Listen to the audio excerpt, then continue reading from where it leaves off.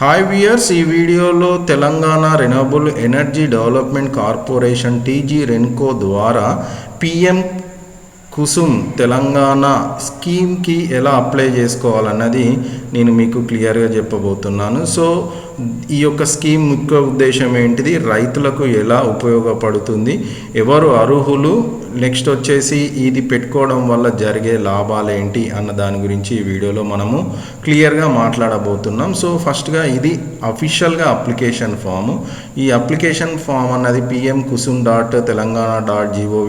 అనే వెబ్సైట్కి వెళ్తే సరిపోతుంది. సో ఇప్పుడు మనము ఈ అప్లికేషన్కి ఎలా అప్లై చేసుకోవాలన్నది చూద్దాం. సో ఇక్కడ ప్లాంట్ రిజిస్ట్రేషన్ అని కనిపిస్తుంది కదా, దీన్ని ఓపెన్ చేయగానే మీకు ఇలా TG REDCO bank deposit detail అని ఒక బ్యాంక్ డీటెయిల్ కనిపిస్తుంది. బ్యాంక్ యొక్క పేరు, account number, office address, account number, అలాగనే branch, IFS code, MIR, CR code అని ఈ డీటెయిల్స్ కనపడి మీరు కొంత అమౌంట్ కట్టాలి అనేసి కనిపించడం జరుగుతుంది.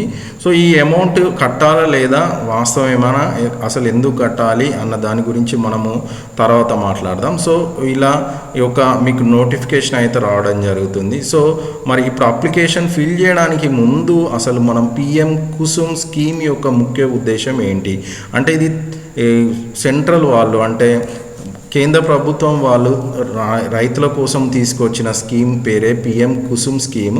ఈ పిఎం కుసుమ్ స్కీమ్లో యాక్చువల్గా మనకు 3 కంపార్ట్మెంట్లు ఉంటాయి, అంటే 3 విభాగాలు. కంపార్ట్మెంట్ ఏ, కంపార్ట్మెంట్ బి, కంపార్ట్మెంట్ సి అని ఇట్లా 3 విభాగాలు ఉంటాయి.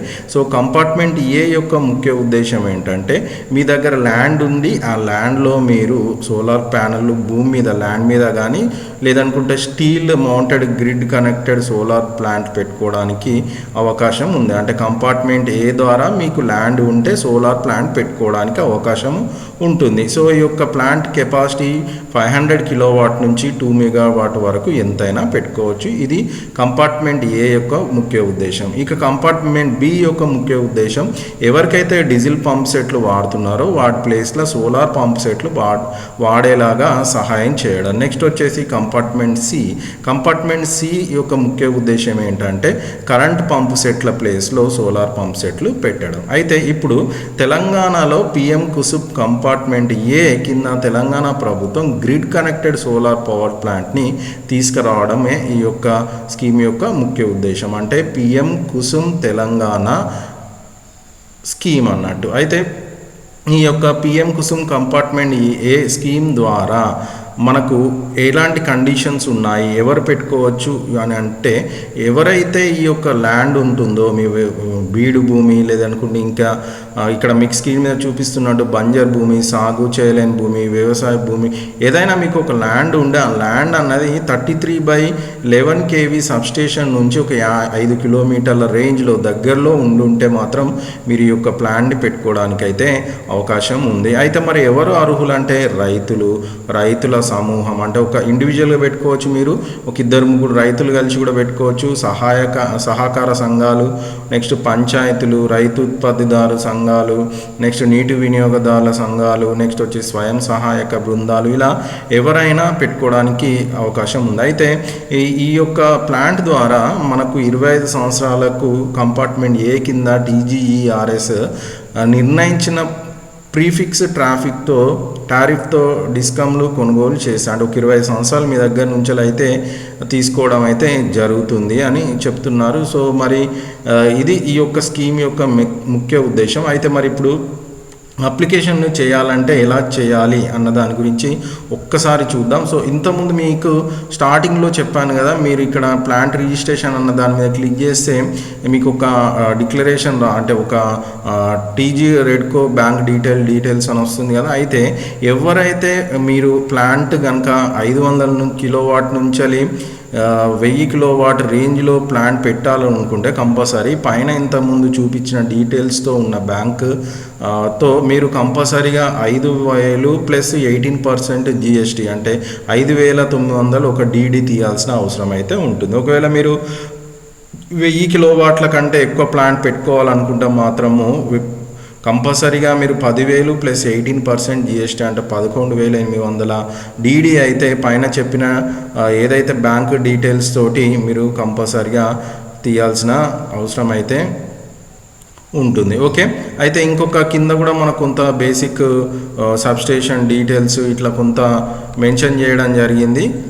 సో ఏ సబ్స్టేషన్లు అవైలబుల్గా ఉన్నాయి ఏంటి ఏందన్న దాని గురించి కూడా మనకు కొంత అవైలబిలిటీ అయితే సెక్షన్ ఎక్కడ లొకేషన్ బట్టి ఎక్కడ ఏ డివిజన్లో ఎక్కడ ఉన్నాయన్నది కూడా మనకు మెన్షన్ చేయడం జరిగింది. సో ఈ లిస్ట్లో కనుక మీకు ఉంటే ఈ ప్రొవైడ్ చేస్తున్న లిస్టులు, సో ఇందులో లిస్టులో ఉన్న వాటికి అనుగుణంగా మీరు ఉంటే మీరు కంపల్సరీగా పెట్టుకోవడానికి ఉంది. సో ఇది ఫస్ట్ ఏదైతే బ్యాంక్ యొక్క డీడీ తీయాలి, తీసుకొని మీరు ఒక నెంబర్ అయితే దగ్గరే పెట్టుకోవాలి, చాలా నెంబరు. నెక్స్ట్ వచ్చేసి ఇక్కడ కంపార్ట్మెంట్ ఏ పక్క బి ఉంది, సి ఉంది. అయితే ఇంతకుముందు మనం మాట్లాడినట్టు ఓన్లీ తెలంగాణలో కంపార్ట్మెంట్ ఏ కింద మనం ఇంతకుముందు మాట్లాడినట్టు 500 నుంచి 500 కిలోవాట్ నుంచి 2 మెగావాట్ వరకు మాత్రమే అవకాశం ఉంది కాబట్టి సో ఇప్పుడు మనము అది ఎట్లా ఫిల్ చేయాలన్నది చూద్దాం. సో ఫస్ట్ కనిపించేది మనకు నేమ్ ఆఫ్ ద డిస్కమ్ అన్న దగ్గర మీరు ఎన్పిడిసిఎల్ లేకుంటే టీజీ ఎన్పిడిసిఎల్, టీజీ ఎస్పిడిసిఎల్ ఏదైనా సెలెక్ట్ చేసుకోవచ్చు. మాది ఏ డివిజన్ కిందికి వస్తుంది, డిస్కమ్ కిందికి వస్తుంది అంటే సింపుల్, మీరు టీజీ ఎన్పిడిసిఎల్ అని క్లిక్ చేయగానే మీకు ఇక్కడ సర్కిల్ నేమ్ కనిపిస్తుంది. సర్కిల్ నేమ్ అన్న దగ్గర మీ యొక్క సిటీ ఏది, మీ విలేజ్ కానీ సిటీ కానీ ఏ సర్కిల్ కిందికి వస్తుంది. ఫర్ ఎగ్జాంపుల్ నేను టీజీ ఎన్పిడిసిఎల్ కొట్టిన మీది ఒక పెద్దపల్లి విలేజ్ దగ్గర అనుకుందాం. సో పెద్దపల్లి కనిపిస్తే ఓకే, అది అప్పుడు టీజీ ఎన్పిడిసిఎల్ కిందకే వస్తుంది. లేదు మాది ఖమ్మం అండి, ఖమ్మం దేని కిందికి వస్తారంటే టీజీ ఎస్పిడిసిఎల్ కొట్టండి. కొట్టిన తర్వాత మీరు ఏ రీజన్ కిందికి వస్తారు ఏంటిది అన్నది ఒకసారి చూసుకోండి. సో సింపుల్, ఇలా పెద్ద కష్టమేం ఉండదు. మీరు ఏ డివిజన్ కిందికి వస్తారు అన్నది టీజీ ఎన్పిడిసిఎల్ టీజీ ఎస్పిడిసిఎల్ అని ప్రెస్ చేయండి, అప్పుడు మీ యొక్క సర్కిల్ కనిపించడం అయితే జరుగుతుంది. సో ఫర్ ఎగ్జాంపుల్ నేను ఒక పెద్దపల్లి సర్కిల్ తీసుకున్న డివిజన్. సో డివిజన్ వచ్చేసి మీరు ఏ డివిజన్, పెద్దపల్లి డివిజనా మంతిన ఏ డివిజన్ ఏందని అడుగుతుంది. నెక్స్ట్ సబ్ డివిజన్ ఏంటి అని అడగడం అయితే జరుగుతుంది. సో సబ్ డివిజన్ కూడా మీరు పెట్టుకోవాల్సిన అవసరం ఉంటుంది. నెక్స్ట్ సెక్షన్ నేమ్ అంటే ఏ సెక్షన్ కిందికి వస్తారు మీరు, సుల్తానాబాద్ కనుక్కున్న దేని కింద. So next sub section name, next వచ్చేసి ఏ సబ్ సెక్షన్ కిందికి వస్తారు. నెక్స్ట్కు ఏమడుగుతుందంటే capacity of solar power plant to apply. మీరు ఇంతకుముందు మనం మాట్లాడుకున్నాం కదా 500 కిలోవాట్ నుంచి 2 మెగావాట్. నేను ఫర్ ఎగ్జాంపుల్ ఒక 500 కిలోవాట్ కావాలంటే 500 కిలోవాట్ నేను జస్ట్ నెంబర్ రాస్తే సరిపోతుంది 500. ఫర్ ఎగ్జాంపుల్ మీరు ఒక 1 కిలోవాట్ అని రాస్తే మాత్రం మీకు అక్కడ 1 కిలోవాట్ కింద please enter the value greater than or equal to 500 అంటే మీరు కంపల్సరీ 500 కంటే ఎక్కువ మాత్రమే పెట్టుకోగలుగుతారు. ఫర్ ఎగ్జాంపుల్ నేను ఒక 10,000 మెగావాట్ పెట్టింది అనుకోండి, అది కుదరదు. చూస్తున్నారు కదా, ఓన్లీ 500 నుంచి 1000 కిలోవాట్ మాత్రమే పెట్టుకోవడానికి అవకాశం ఉన్నది. సో మీరు ఇది కొంచెం గుర్తుపెట్టుకోవాల్సిన అవసరం అయితే ఉంది. Please enter the less than 2 kilowatt. ఇక్కడ చూస్తున్నారుగా లెస్ దెన్ 2 కిలోవాట్, అలాగనే 500 కిలోవాట్ మధ్యలో మాత్రమే పెట్టుకోవడానికి అవకాశం ఉంది. సో నెక్స్ట్ వచ్చేసి డిస్టెన్స్ ప్రపోజల్. ఇంతకుముందు మనం మాట్లాడినట్టు మీ యొక్క పెట్టుకునే ల్యాండ్ అన్నది ఈ సబ్స్టేషన్కి మధ్యలో ఎంత దూరం మనం మాట్లాడాం కదా, ఒక 5 కిలోమీటర్ రేంజ్ అని. ఫర్ ఎగ్జాంపుల్ నేను ఒక 6 కిలోమీటర్ రేంజ్ అని పెట్టాను. సో 6 కిలోమీటర్ రేంజ్ అనేది సూట్ కాదు. Enter the value in between 100 metres నుంచి 5 కిలోమీటర్స్. సో కంపల్సరిగా మీ ప్లేస్ అన్నది 4 కిలోమీటర్స్ లోపే ఉండాలి. సో అలా మీ యొక్క ల్యాండ్ డీటెయిల్స్ అన్నది ప్రొవైడ్ చేయాలి. నెక్స్ట్ డిస్క్రిప్షన్ ఆఫ్ అప్లికెంట్, ఈ అప్లై చేసే వాళ్ళ యొక్క డీటెయిల్స్ ఇవ్వాలి. ఇంతకుముందు మనం మాట్లాడినప్పుడు ఎవరెవరు అర్హులు అన్న దాని గురించి మాట్లాడాం కదా, అంటే సెల్ఫ్ హెల్ప్ గ్రూపా, విలేజ్ ఆర్గనైజేషనా ఏంటి అని ఇక్కడ మనకి ఇండివిజువల్గా అనిపిస్తుంది కదా. సో నేను ఫర్ ఎగ్జాంపుల్ సెల్ఫ్ హెల్ప్ గ్రూప్గా పెట్టుకున్నాను. So next applicant type, so applicant ఓనరా, ప్రైవేట్, గవర్నమెంట్ లీజా అంటే ఓనర్ అని పెట్టాను. Next applicant name of the applicant as per the Aadhaar, మీరు ఆధార్ నెంబర్ రాయాల్సిన అవసరం ఉంటుంది. రిజిస్ట్రేషన్ నెంబర్ రాయాల్సిన అవసరం అయితే ఉంటుంది. రిజిస్ట్రేషన్ అంటే మీ యొక్క ల్యాండ్ డీటెయిల్స్ అయితే ఉండాలి. నెక్స్ట్ వచ్చేసి జిఎస్టీ నెంబర్ ఉంటే పెట్టండి, లేకుండా లేదు. నెక్స్ట్ వచ్చేసి నెట్వర్క్ ఆఫ్ ద ఫార్మర్ అంటే ఎస్ అయితే ఎస్, నో అయితే పెట్టండి. పేమెంట్ ప్రూఫ్, ఇక్కడ నేను చెప్పాను కదా పేమెంట్ ప్రూఫ్ అన్న కాడ మీరు కంపల్సరిగా పేమెంట్ ప్రూఫ్ అన్నది ఇక్కడ చూడండి కంపల్సరీ రెడ్ మార్క్ చూపిస్తున్నారు. సో పేమెంట్ ఇక్కడ మీరు రెడ్ మార్క్ ఉన్నాయి మాత్రం కంపల్సరీ రాయాల్సిన అవసరం అయితే ఉంటుంది. లేదనుకుంటే మాత్రం మీ అప్లికేషన్ తీసుకోదు. స్టార్ తోటి రెడ్ మార్క్ ఉన్నాయి కంపల్సరీ. పేమెంట్ ప్రూఫ్ అన్నది కంపల్సరీ ఉండే. మీరు ఇంతకుముందు కట్టితేనే ఎస్ అని పెట్టాను, లేకుండా నో అని పెట్టాను, కానీ ఎస్ అని పెడితేనే అప్లికేషన్ అయితే తీసుకోవడం జరుగుతుంది. నెక్స్ట్ ఈ యొక్క మీ అడ్రస్ డీటెయిల్స్ అయితే ఇవ్వాల్సిన అవసరం ఉంటుంది. మీరు ఏ అడ్రస్లో ఉంటున్నారో ఆ address detail, next name of the authorised person, మీ నేమ్ ఏంటి అన్నది, నెక్స్ట్ మీ మొబైల్ నెంబర్, మీ ఈమెయిల్ నెంబర్ అయితే ఇవ్వాల్సిన అవసరం ఉంటుంది. మీ మొబైల్ నెంబర్ వరకు ఓకే, ఈమెయిల్ మీకు లేదనుకుంటే ఇబ్బంది పడాల్సిన అవసరం లేదు. నెక్స్ట్ సర్వే నెంబర్, ఇక్కడ ల్యాండ్ డీటెయిల్స్, మీకు ల్యాండ్ ఉంది అని అన్నారు కదా, మీ ల్యాండ్ ఇక్కడ ఏ సర్వేలు ఉంది, మీ ల్యాండ్ కవరేజ్ ఏరియా ఎంత, ఎన్ని ఎకరాలు ఉన్నది అన్నది, నెక్స్ట్ ఏ స్టేట్లో ఉన్నది.